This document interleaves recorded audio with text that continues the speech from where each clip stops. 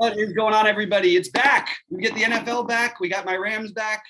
We got Rohde's Packers back. We're going to talk a little bit about overall real quick before we get into tomorrow's Showdown slate. And then we're going to talk about the main slate on Sunday.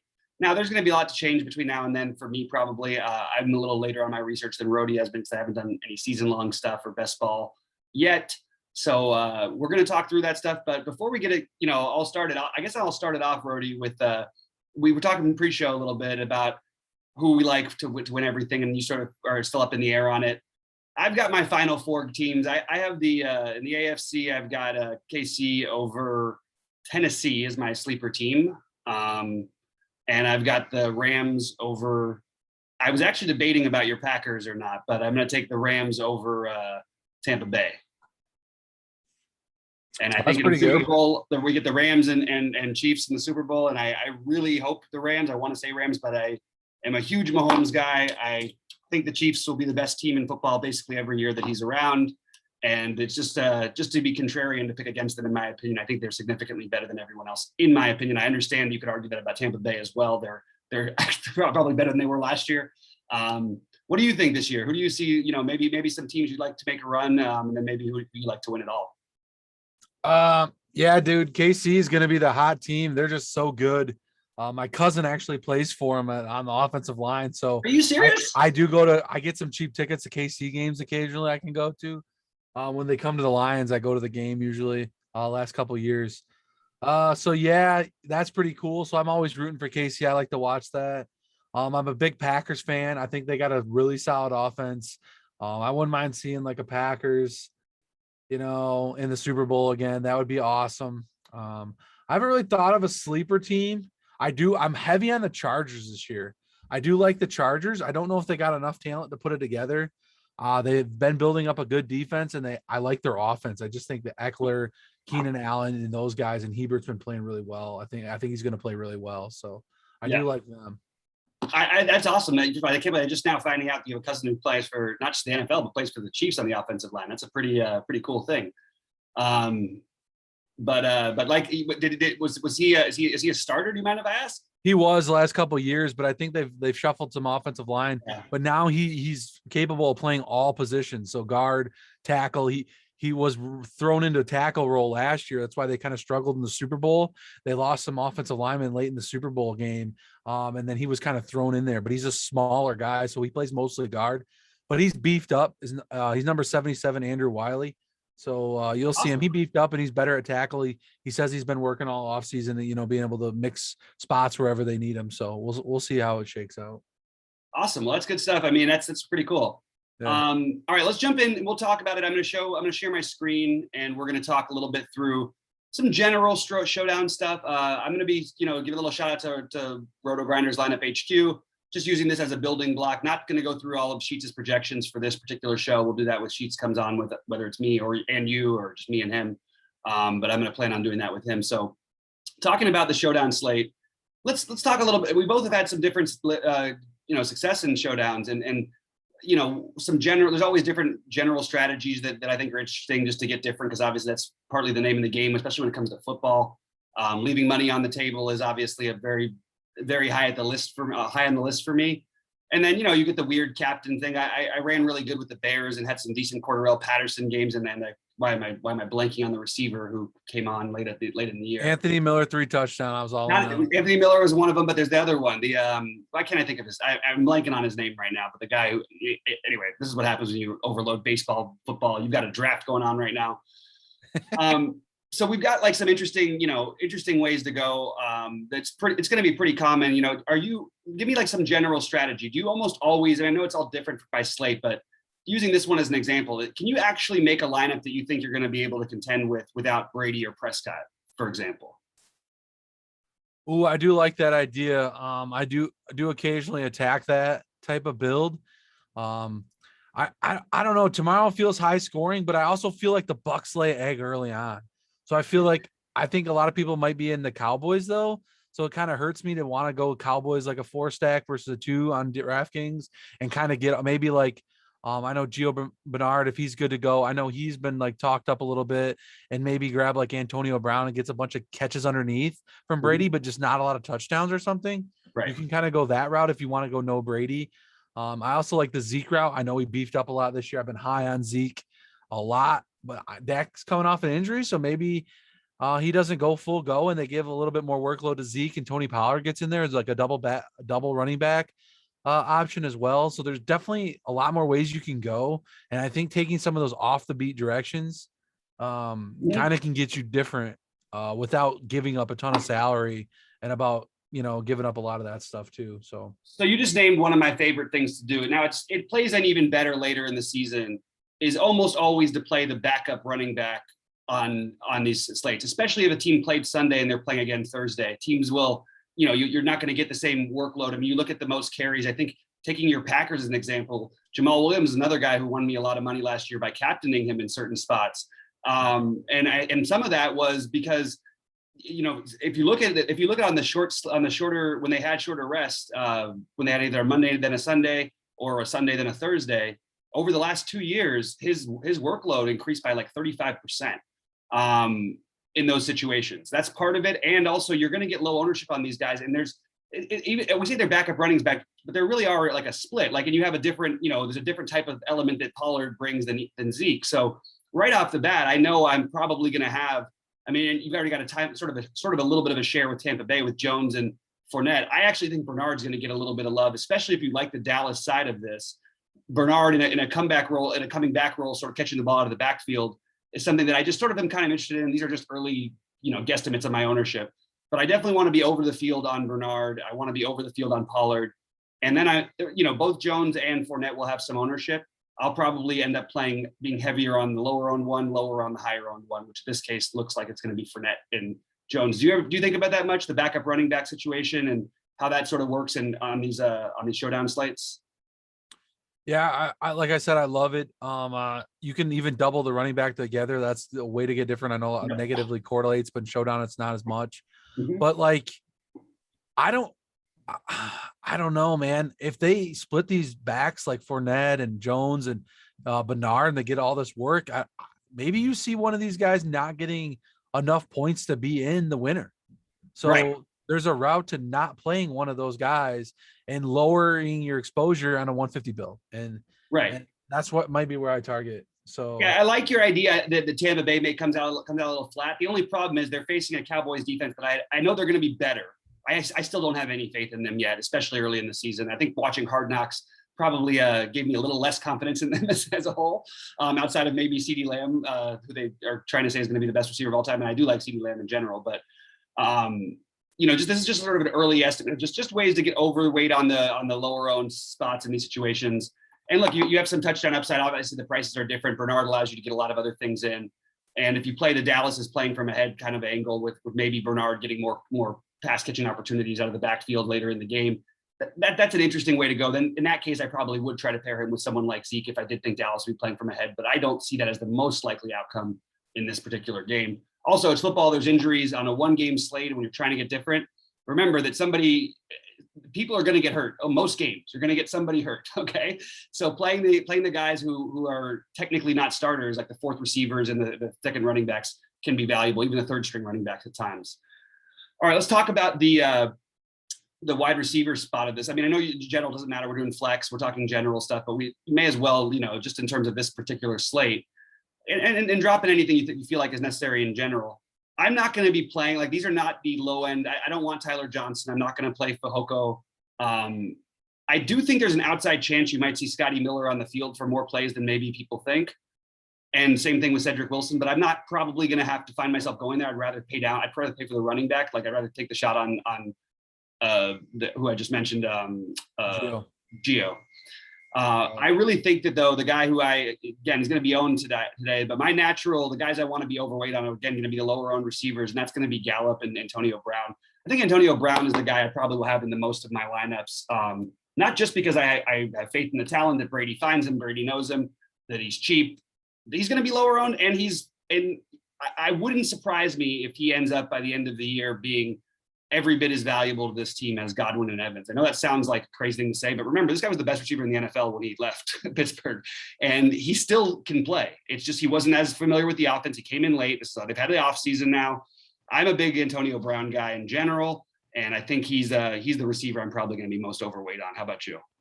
Yeah, bro. I don't even have to talk after what you just said. Literally, if you run, like, say you run an optimal lineup, you're going to get Brady captain, you're going to get Geo in there because of 2K price, and you're going to see receivers like Godwin, Brown, Gallup be paired with Dak Prescott in that build.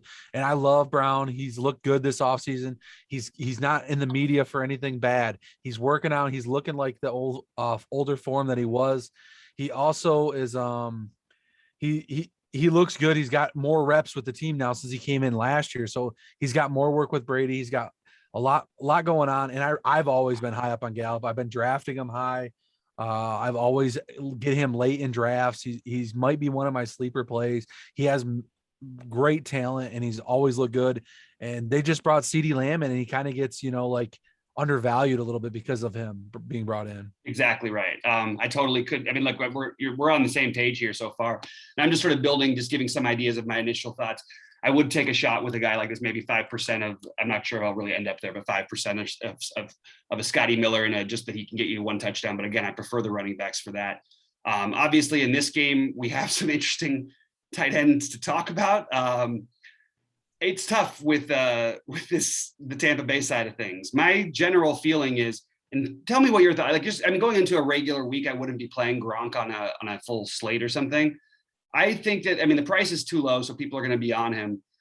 I personally think they're going to just take it pretty easy with him, and for the most part, during the regular season. I just don't think he's going to get a crazy amount of work. I like the idea of taking some shots on OJ Howard. What are your thoughts on sort of any of these guys? Are you interested in playing any of them? None of them? You have Cameron Brate there also, who can be a touchdown vulture, and I might want to get 10% of that.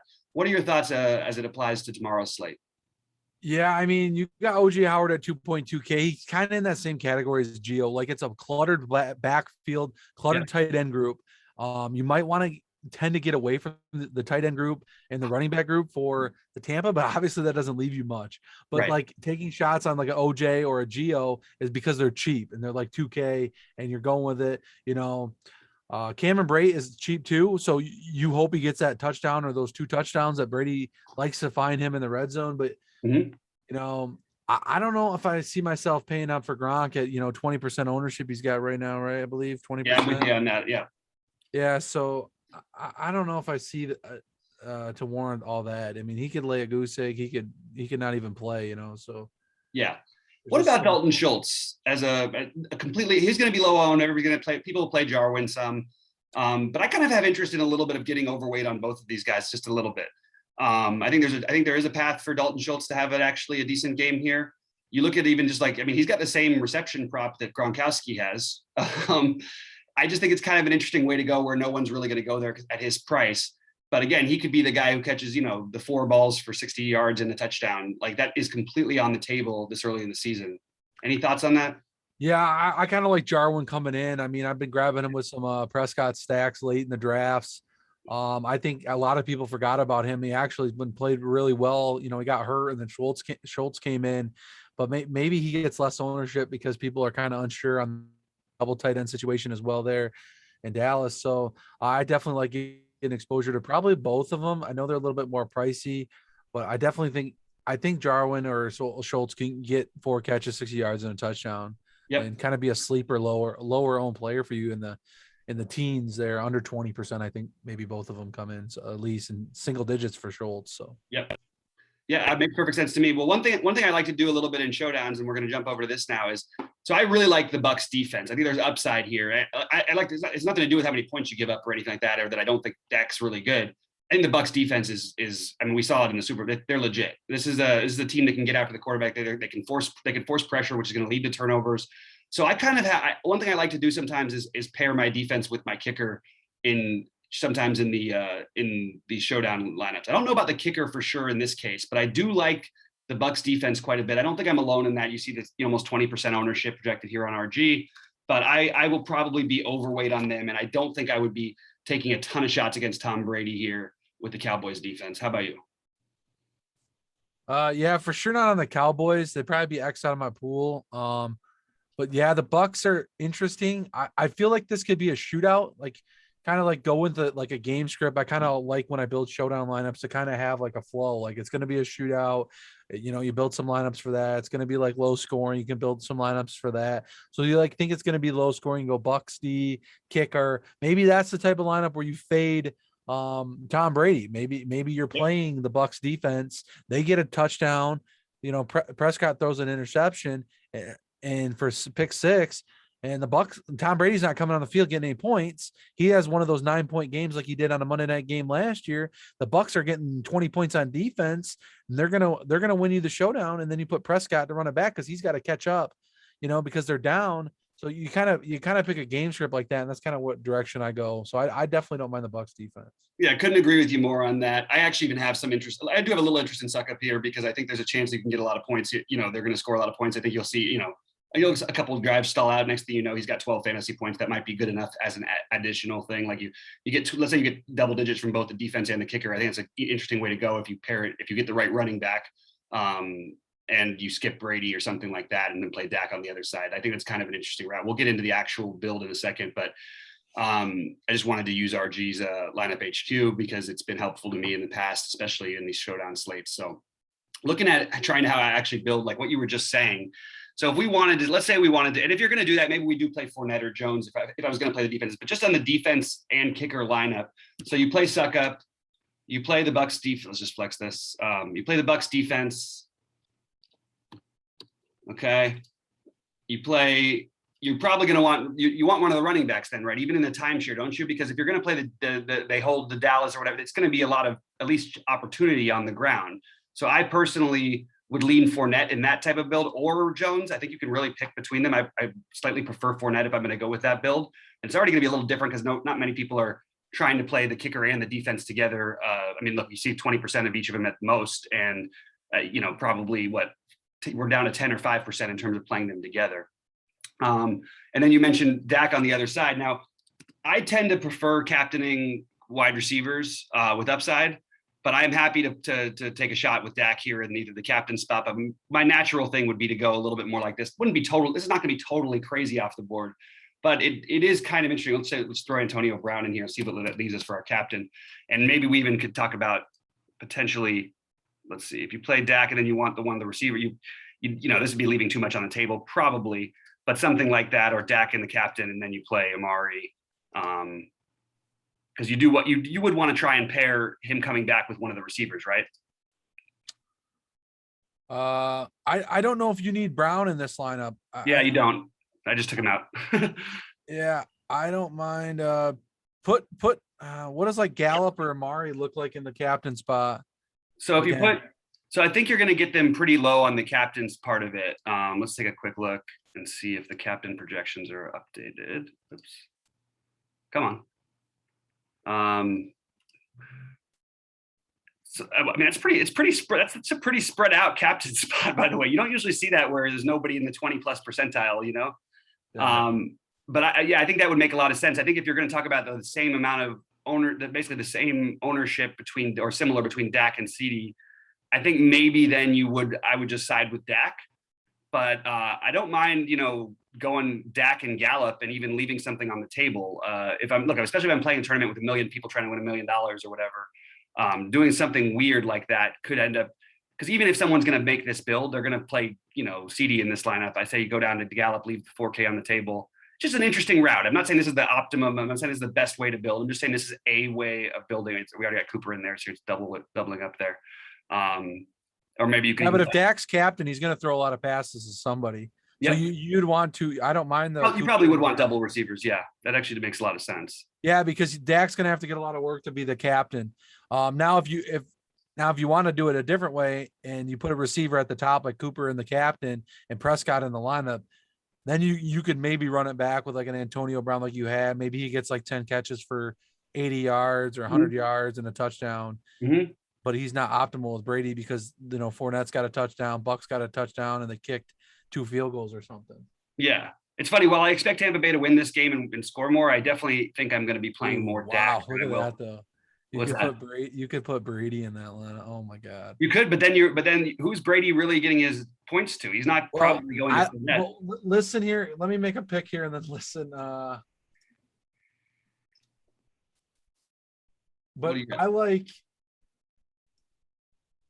I like that with Brady there, to be honest with you. That is like a really good lineup. I hate showing that off because listen to me. You got Amari, maybe he's the guy that catches 3 touchdowns, big game from Prescott. But Brady's going to throw it to Mike Evans, Chris Godwin, Antonio Brown. That's a lot of mouths to feed. So maybe Brady's racking up yards and maybe not as much touchdowns. Maybe Fournette gets one. They kick some field goals, but Brady still throws some dump off passes, hits a couple guys deep, but they don't necessarily get in the end zone. So Evans doesn't get there. Antonio Brown doesn't get there. Maybe Fournette breaks the Godwin doesn't get there. Yeah, maybe Fournette breaks a big one on a little screenplay or something. You know what I mean? Yeah. So Brady's got all the yards and all the points, but the receivers don't have any touchdowns. Right. So because there's just so many mouths to feed, or you got Gronk, you got other guys, 3 tight ends to throw to. The reason the Bucks don't get drafted a lot in best ball this year, and a lot of that, I mean, they do get drafted, but like they're a tough team to know where the production's going because there's so many weapons. Absolutely. 100%. It's definitely okay to fade the weapons and just play Brady like this build because he's going to be the one throwing these guys the ball. So he's going to get the yards for sure. You just can't get Mike Evans 3 touchdown game. If you don't have Evans, you're screwed. Right. But that can go for Amari Cooper and the captain. He's had big games. Yep. You want those big ceiling games in the captain spot. So I definitely like those kind of builds in those directions. I kind of want to put that build in, but I like it. And then you could even get a little bit weird with it and drop down and instead of playing the Fournette angle, play Ronald Jones, leave 2,000 on the table. Leaving money on the table is something that you should really be okay with doing in showdowns, right? Yeah, you really should be fine with it. Yeah. All right, so that's just a little bit of our showdown stuff. I want to talk a little bit about the main slate. I'm going to pull up my screen, and DraftKings is going to get mad at me again for showing a full lineup, which I'm not supposed to do. Sorry, DraftKings, but I wasn't trying to do anything. We're just talking about some ideas of builds, and it is going to, no matter what we do, it's going to be hard to get. Somebody's probably splitting the million. It's a chance you don't. It happens. People win it occasionally on their own, the full million, but usually it's. Go ahead. Now, tomorrow night might be, or Thursday night showdown. This game might be a good for someone to ship it because like I just said, there's so many weapons, so many options you can get different. Right. I don't think you guys are going to have a tie lineup because we showed you guys some low ownership plays, leaving money and putting Ronald Jones in that build. Maybe throw that build in, 4 or 5 different, a couple little smaller things or something and just leave money or get different on those builds and look at that ownership. And you can definitely get different tomorrow. Yep. I'm with you, man. All right, well, let's talk a little bit about Sunday. I'll bring up my other screen here and we'll get see what that looks like for the main slate. Let me just make sure I'm not going to the wrong one. Oops.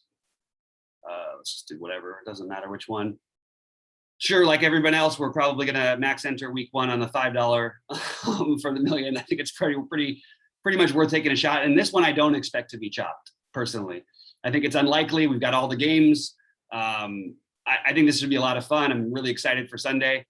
Starting it off, I tend to try and find the stacks I like for the game, game spots I want to attack where I want to get at least 3 players from, sometimes 4 through up to even 6. What's a game sort of that you're targeting? Because I personally am not the guy who goes, okay, I need to have this quarterback. I never want to start quarterback. I might start with a quarterback receiver combo and then look on the other side. But it's not like I go, okay. And I mean, look, the pricing is soft enough in general, especially early in the season where, yeah, there's some good options to spend down, but you better be wanting those guys to score. It's not like 20 fantasy points is what you could play a 5K guy, but play a 5K guy that you think has a shot at 30. You know what I mean? And don't just try and get 20 and think you're going to beat a guy when somebody's probably going to put up near 40 tomorrow, right? Yeah, you got to go for the ceiling. You got to get those guys that hit in the big game. You see a lot of these newer DFS players and newer guys like, oh, I'm going to jam all these 3K guys in so I can pay up and get Adams and Kamara and Christian McCaffrey. But like these 3K guys might score 12 points. And you're looking at, why didn't I win when, DK Metcalf's got 41 and, and Russell Wilson goes off for 40 and, oh, why didn't I get that guy? So you definitely want to target guys with ceiling that you think are going to get to the top and take the tournament down. You want to bank the tournament. Yep, I totally agree. So is there a game that really stands out? I mean, we have some high totals here. Look, the Green Bay, New Orleans game, I find to be pretty interesting actually for GPPs. Not to mention, it feels really good when no one's really had that 3 touchdown performance and you go into the afternoon and you've got all your guys still lined up, ready to go. But I think that's an interesting game to target that I don't think is going to be overwhelmingly popular. I think it's that one stands out for me. Buffalo Pittsburgh stands out to me. Seattle Indy I think is a really interesting game. Seattle is another one of my sleeper teams this year. I have them just beneath the Rams, and they're right there with. I don't know. I feel like they've got. It wouldn't surprise me at all if they surprise a lot of people. I'd like the over on them big time this year. But I think this could be kind of an interesting game too. I love always trying to target the turf games. So those are the three that stood out to me the most right off the bat. Is there any other one that for you that maybe you like more, or that do not like the ones I have? Like, throw out what you like.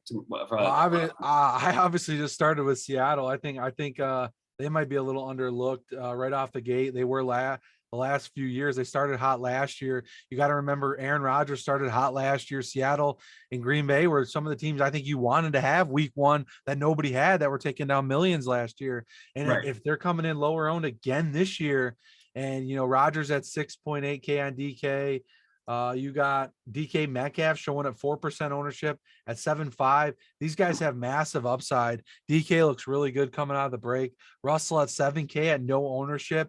I definitely love that game.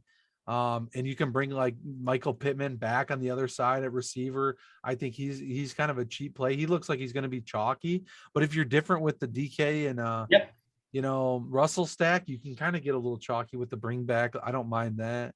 A team that maybe we won't target as much, that maybe that 5K guy you just talked about, that you Sam Darnold at 5K for Carolina. Yep. They got a lot of explosive weapons in that game, against the Jets there. And I don't mind the Jets with a run back like Elijah Moore. We'll check on the status of Corey Davis a little bit.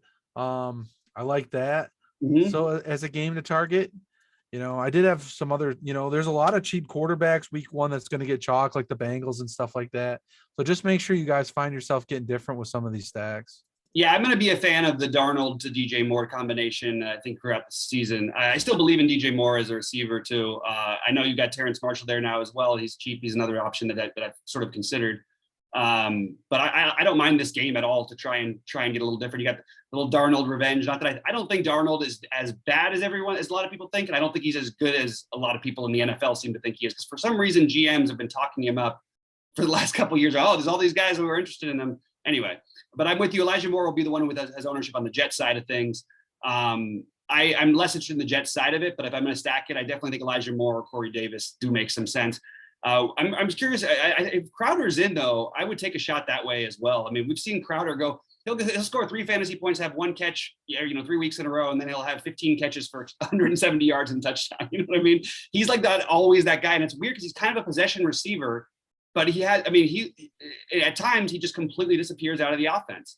I do expect the Jets to be like a little bit all over the place. I think you could also argue that Carolina's defense is one of the top options because we have to see what Zach Wilson can do in the actual NFL setting before we target him. So it's definitely a defense I'm looking at. But I do sort of like this game as maybe an off the board one. One game that I mentioned before about the Pittsburgh Buffalo.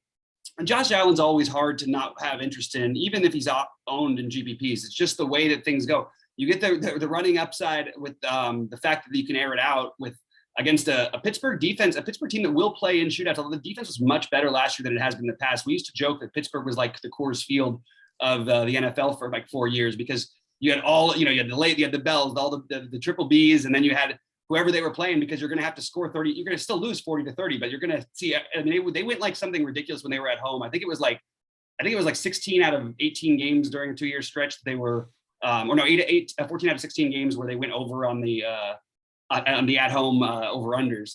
And this is obviously not in Pittsburgh, but I do think this is kind of an interesting game to target.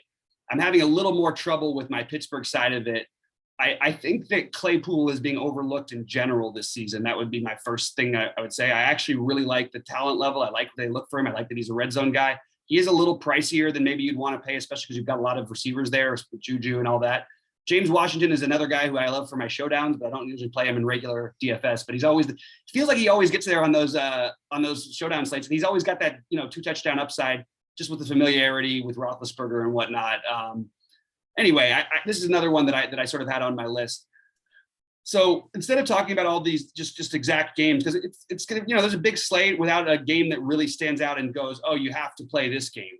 You right? Don't you sort of feel that way? Usually you don't see any of those. You don't see many of those 30 to 25 projected totals and on this slate, right? Yeah, I don't see any of those big game totals. So well, let's talk really quickly about that game. The other one though, about your Green Bay team this year. Like, I mean, so what's wrong with this stack? I mean, I have some question marks about Green Bay's defense. I think again, maybe it is better. I still think that, and I really think that we're going to be like Marquise Callaway is going to be like an absolute owned 1,000,000%. But maybe you could play, instead of just doing that, try just to get different and play a Traquan Smith if you were going to stack this game at a higher price, which is going to keep people off of them. I'm sort of open to that. I love the Rodgers to Devontae Adams. I mean, I always end up with some of that every week. And Rodgers is oddly, I think he was the quarterback 3 times on the Millionaire Maker last year, and he was always like less than 2% owned. No one plays him because he's not the running quarterback. Although every now and then he'll get that little scramble for 1 yard in for the touchdown. You know what I mean? That gives you that rushing upside just a little bit, But him to Devontae is the obvious one. Who else do you expect this year him to be targeting when it comes to all these secondary receivers they've got between the MVS, Cobb, Lazard? Who are you looking at as maybe to emerge as a true secondary option for him? Or is it just Tanyan? Well, they did say that Marquez Valdez-Scantling looks good coming in this year, but I definitely have been high up on Lazard a little bit more. I think he just has breakout potential, and I think nobody like views him as like the guy. But I think he stepped up a couple games last year. We had a couple big games, and it really helped, when Adams was, when he goes out or whatever, Lazard usually the guy that steps up. But, Valdez is the guy that hits the deep ball. It looks good. He's the guy that, lets us spread out the defense a little bit more. And Rodgers likes to hit him deep a lot. But I just think there's, you got Cobb coming back too. Maybe he's more underneath, dump off passes a lot, can rack up, 6 receptions or something and get those yards after catch like he used to. But we'll see how they scheme it up this year. But yeah, there's definitely a lot of cheap options there week 1. So absolutely. It's pretty crazy. One game we didn't really touch on is this KC Cleveland game. I could see this being a game I'd want to target. I know they had the low scoring game in the playoffs and all that. Mahomes is always going to be popular, and for good reason. He's the only non-running quarterback who really is always basically chalky. And I mean, I shouldn't say non-running. He will. Yeah, move. He does a little running. Yeah, but not like he's we're not talking about Russell Wilson. Like Russell Wilson in the past, I should say. But Russell Wilson, Josh Allen, all that stuff is usually what I try to target. Obviously, you want the ceilings, and that's usually going to come with quarterbacks that are going to have a chance at least running for a touchdown or running for 50 to 100 yards, which these other guys, Josh Allen has literally every week. What do you think about that game? I'm trying to find it real quickly right here. For some reason, I think my screen is blocking it. That is the one game with a high total that I think people are going to be on a little bit, but can I just take a shot and play Odell Beckham here and just say, okay, I don't care about anything. I still believe in the talent. That explosive game could come at any time, especially they could be, this could be a Kansas City up by a bunch and them trying to come back, which I don't think any of these receivers are, as we're projecting right here, pretty much no ownership on the Cleveland side of things, where there's going to be reasonable ownership on the KC side of things. I think this is an interesting game stack too. I like Beckham, and I think that I would take the over on his 4.5 catches. You could also say Jarvis Landry. I mean, look, that's a really, really good bet. I mean, Jarvis Landry had 4.5 catches. Why the hell is he at 4.5 for me, I think that number could be easily like almost two full receptions higher as an over. Yeah, if we're talking player props, you guys should get in on that if it's only 4.5. That's crazy. Jarvis Landry and Odell are the two guys they're going to be throwing the ball to, and I think they're going to be behind in this game. Yeah, they're definitely going to be throwing the football to these guys. So, I don't even mind that. Baker's kind of cheap. You could do a double stack right there and run it back with like a Kelsey or something, or maybe do something along that, or just play Tyreek. Yeah, I've been high on Mahomes, even in best ball drafts a little bit, guys. I've been high on him. He's in my 5.55 best ball. I know you have to take him a little bit early, but it seemed like the sharps in the 5.55 were letting him go a little bit later. So I ended up snatching him up where I was at and ended up getting a nice little, Pringle stack, Kelsey Mahomes stack in the 5.55. So yeah, I like have Clyde's in that. I have a full KC stack in the 5.55 best ball. So I like it. I think Pringle people are underlooking. He was been competing for the second spot in camp and throughout the preseason here. So definitely look to this guy. He's got, speed. He catches a lot of good balls and yards after catch. These guys can break out. I think the offense is very potent.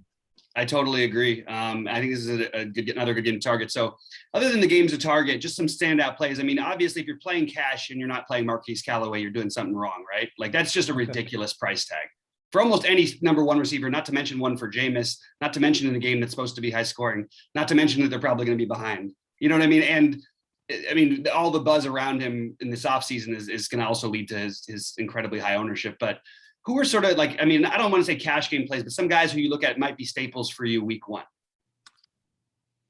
Like as of you want GPP or you wanted some cash takes? Well, drop in some cash, just guys who you think are going to be prevalent throughout your lineups. Ooh, cash takes. Mike Davis Mike Davis with the workload for Atlanta. We didn't talk any about Atlanta, but I really like Atlanta week one guys. Yeah. Kyle Pitts, 4.4K. He probably going to be a lock for your tight end spot. You usually pay up, but I think he's got mad potential in that offense. Oh my God. Yeah. Davis there for Atlanta at 5.4. He's got nobody really behind him. Could get massive 3-down back workload there. Yep. So Devontae Adams is only 8.3K. He's probably going to be a staple in the cash lineup. Mm-hmm. The Blitz currently has a weird cash lineup, much different than if you run a regular Roto Grinders lineup. He's got where you can get Ridley, Pitts, kind of like a stack with Davis and a lot of Atlanta there. So my settings are really wonky, or those guys are popping in Atlanta. So definitely you might want to check out the Atlanta exposure, get yourself some of those guys. They're going to be pretty popular. Marvin Jones at 3.6K is going to get a lot of ownership as a cash play. You got Callaway. Those are some of the big cash options I would say you're going to want to have in your lineup. I like it. All right, let's do it. Let's just for fun, let's do a quick build because as you know, I got to get out of here pretty soon, but let's take, this is the wrong one. Let's take some of these things that we talked about, some of the plays, like, to have some chalky guys in your lineups there's nothing wrong with it, even if you're not stacking the game. And starting, I will have a lot of Callaway. I will eat some of that chalk. One thing I try to do if I see chalk that I actually like that's cheap, I'll try to often pair players that are a similar price that I think have some upside. We sort of went through a few of them, and it'll probably be determined by which games you're going to stack or whatever. But we mentioned Pringle. Like if you're going to play the KC side of things, why not play a little bit of Mahomes to Pringle and Kelsey or Hill? I actually think if you're going to play Pringle, I kind of like the idea of playing Kelsey, especially against. Yeah, I like Kelsey in that build. I'll have some lineups like that. And then what about running it back into, let's say we're doing that game. If I'm going to take the quarterback and two receiving options, I tend to want to look for something from the other side. And we were talking about Cleveland before. So I mentioned Beckham and Landry, who I like both quite a bit. But the running back situation is always going to be a little bit tricky for us there. I think these guys are both in play. I think I will probably, though, I might do something like this if it was me, if I was just going to go ham stack on this situation, or I would put right there Landry and sort of just, you hope you get that shootout and you can get the love from Chubb and Landry. Chubb is, I'm very biased towards, he's made me a ton of money, but I know he's not going to be like anything special for this week. But I could see all these guys having a big game here. What are your thoughts on that? When you do will you ever do like a naked stack? Will you play 3 or 4 guys from one lineup and not run it back at all, or on a full slate, or does that not happen much for you? I'm kind of a big stat guy. I do see a lot of those teams win. Maybe you play like a team like the Jets last year were awful, right? So you targeted teams against them. Well, a lot of times the Jets didn't have anybody for a run back. Right. So you just would play 3 guys, a stack against them with no run back. But in this case, Cleveland's got a good team. You're not going to want to not run it back in this game, because if Mahomes, Kelsey, and Pringle get ceiling games, they're obviously someone on the other side is going to be scoring to keep them in the game, or Mahomes isn't going to finish the game, or Kelsey's not going to be needed to get huge play, upside. I don't even mind the Laundry Odell stack without Chubb here. You could do, and I know you like Callaway there, but maybe you get off him. If Mahomes is a little more stacky, you might, or chalky, you might want to not stack Callaway with those builds a little bit. I know you need the salary, but you got a lot of other guys. There's a lot of I was 3K using guys. Callaway as an example because I'm playing Pringle at the same price roughly. And not that Pringle's going to get owned, but people certainly aren't going to have that combination together very often, right? No, well, I hear a lot of these newer guys are going to probably take these 3K receivers and stack them. Rondell Moore's in the 3K, Callaway's in the 3K. They're going to try to jam Kamara, Christian McCaffrey, the high upside running backs, and play a lot of the 3K receivers. So I think just getting different in your builds with playing the mid tier like Odell at 5.4, Jarvis at 6K, you're going to get different in your builds because people are going to pay up for Adams or the high end receivers, or they're going to be paying, down at receiver, I think. But I mean, there's a lot of options. This game's kind of low owned anyway, I think, from the Cleveland side. Yeah, and you can go flip this around and go like this and just play Baker and with basically the same exact stack. You know what I mean? Just flip it around, and then you have a little extra money to spend elsewhere. You could use Edwards-Helaire if you want to add more KC love. Because if they're up big, if they get up big by a bomb to Pringle and a couple touchdowns to Kelsey, CEH is going to get plenty of workload going forward after that, I would imagine. So you can mix it up that way as well. But that's just sort of the way that I think the stacking thing is really important in football. And I agree, like what you said, you can have some of those naked stacks that win, but it's so much more logical to try and get the game together. You know what I mean? And to try and hit it right? To try and get 4 or 5 guys from the same game and really try to, hope that's the game that goes off. One of my big wins last year was that Cincy Cleveland game, and I had 2 lineups that were fighting for 100K in different tournaments. But I had one with Burrow in that. It was a big shootout game, and I had one with Baker, and then their receivers. But basically, all the other pieces were basically the same. So I sort of had my bases covered as long as that game did go off, which did in fact go off. So it was kind of worked out really well for me at that time. What you end up taking that 100K down? Which? No, I ended up like third and fourth in both those, just like I think it was by like maybe 2 points or 1 point behind it was really close down to the end of the afternoon games. I just didn't quite get my other pieces quite right, but I did have that game heavily stacked. It may have been I was at the World Series at the Dodgers game in Texas when it happened, but all the schedule was obviously different then. It was week 5 or whatever. It was obviously before Burrow got hurt, but Burrow had a monster first half, and then they were up by like 28, 30 points or whatever. And then there was the Cleveland coming back, and it just went completely ham. I think Sheets was in first for a little while, actually, at one point for the million the same week. He had somehow done the same thing I did. But anyway, what are some other things that we may have not touched on in terms of how to pick? I'll just say one thing. I guess I'll throw out one thing I think about defense. I'm always looking for a high upside defense. I actually, look, it's always easy to spend out. I'm happy to do it. You're probably going to get as many points or whatever, but I want to try and find the defenses that are going to attack, the quarterbacks that turn the ball over or that we haven't seen yet. Carolina would be one of them for me this week. Who on the lower end though sort of stands out for you? And then what are some sort of general tournament takes you have in relation to how you pay for your defenses? Well, I'm a big guy at paying down defense. I don't know why I think the Bills defense has been okay. So they're top play for 2.5K on DraftKings. I think they're going to be chalky, but definitely I like it. I know Pittsburgh Steelers got a lot of weapons, but I haven't mind Buffalo defense. Denver defense against Giants, a little bit more 3.3K. 49ers are up there for price against Detroit, but Detroit just could get goose egg on the board.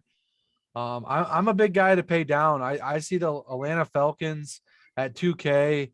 Jalen Hurts has been good running the ball, but at 2K, you get 1 fumble for a touchdown, get a few sacks when he's trying to scramble. Jalen Hurts does get tackled in the backfield. Trying to scramble. So 2K, and he'll turn the ball over too. I mean, if he's pressured, he tries to throw it up. Yep. So I'm with you. In general, I always try to remind people that you're not trying to find the defense that's going to give up the fewest points. You want the defense that's going to force some turnovers, some pressure, get some sacks. Maybe everybody goes, oh yeah, defensive touchdowns are lucky to some extent, but there are some games where you get the third string quarterback. We won't have that week 1, obviously, but you get the third string quarterback against the best defense in football. And I'm like, okay, in that case, I'll sometimes pay for the defense. Like you mentioned, sort of San Francisco this week against Detroit would be the closest thing to that, where you could really see San Francisco scoring a defensive touchdown and it wouldn't be slightly surprising. You know what I mean? It wouldn't not only be surprising. I actually think it's a reasonably decent bet at probably, I'm guessing, what is it? Probably 3-1. But that would be something I would, something like that. Any other general tournament strategy takes? Obviously, like at running back, we in general, I'm trying to play the guys with the highest upside. I want pass catching backs on DK. I don't care as much on FanDuel, obviously, because we want this, the raw point, the half PPR is very different than the full point PPR. But I never go, oh, I want to spend down at running back, or certain weeks I'll want to spend down at running back or tight end. But in general, I'm just trying to find the guys with the highest upside. And if they can fit into my mix and get a little bit of a mini game stack, that would be great, or full game stack. But I guess sort of like transitioning, who do you like this week, just as a play on their own, and maybe talk about if you like anybody running it back, because maybe you're not game stacking the game, but you want to take the running back in one game. Like maybe you play Kamara and you play Devontae Adams, but you don't stack that game. Right, like that's gonna be popular, and maybe not popular, but like I like the Kamara Adams stack from that game. That's popping in some of my builds earlier. Houston sucks, so like James Robinson, if he comes in at low ownership because everyone's on Trevor Lawrence and Marvin Jones stacks, maybe no one's playing him, but I bet his ownership comes up. He's cheap, but yeah, I wouldn't even run that back with anybody on the Houston side, really. I know people talk about like Cooks on the other side, right? Right. I'm with you on that, 100%. But you could play, Robinson and get a good running back there. He's up a little at 6'4". I think a lot of people are they're not looking at that mid-tier guys. They're looking at spending up to these big names, or they're looking at paying down. You can get, like I said, Davis at 5'4". You can get some of these other guys really cheap, so they're looking to spend down. So yep. I do like Najee Harris. I know I just said the Buffalo Bills defense. He's 6'3". If you want to keep targeting that mid tier for running backs, nobody will be on Aaron Jones. So if you want to play like Callaway, run it back with Aaron Jones or something possible. Mixon will be chalky in that Bengal stack, I think. Antonio Gibson, 5.9. He probably will be someone to look to optimal cash lineup possibility there. We still haven't seen a lot of the ownership stuff will be updated, but these are really good plays we're talking about, guys. Get some of these guys in your build. If you really want to get different, look at Jonathan Taylor against the Seahawks. You can also play him as a run back to your Russell Wilson stack. Maybe he goes off for 3 touchdowns. Russell's throwing to DK the whole game, trying to play catch up. So think about those strategies, guys, when you're building lineups. You want to build a really good lineup and just feed that kind of information into the optimizers that you guys are using, or if you're building them by hand, kind of think of that kind of strategy when you're building lineups. Absolutely. And as you mentioned, which one thing I didn't touch on was pairing running backs with defense. I do think makes some sense sometimes. And Jacksonville will be a great example of that this week. Another cheap defense at 2,700 against a bad Houston team with Robinson taking over the workload. I could see that easily. That's a nice combo. Yep. Yeah.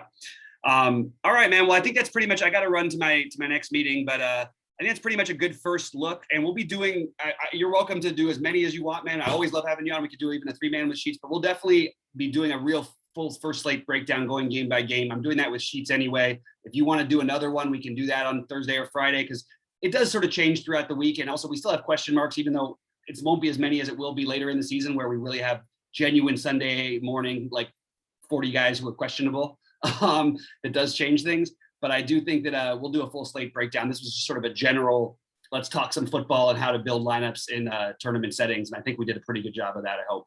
So let us know your thoughts, guys. Don't forget to like and subscribe. And Rohde, anything else for the people before we get out of here? Let's have a huge weekend, guys. There's so many big contests. I'm playing pretty heavy this weekend. I hope you guys are going to have a good time. Take these plays, build good lineups. Make sure you're going for the ceiling, and don't try to build the perfect lineup, guys. Just build. Try to beat the field, right? Try to beat the field. Don't go out there and say, hey, I'm going to stack all these guys. Try to build the perfect lineup to win the millie. Just let other people make the mistakes, and you capitalize on them, guys. So that's couldn't have said it better myself, man. Thanks as always for doing this. Really happy to have you here. And yeah, we'll obviously be talking again very shortly after one of us wins a bunch of money in baseball tonight. Let's get it. All right, buddy. Good luck, everybody out there.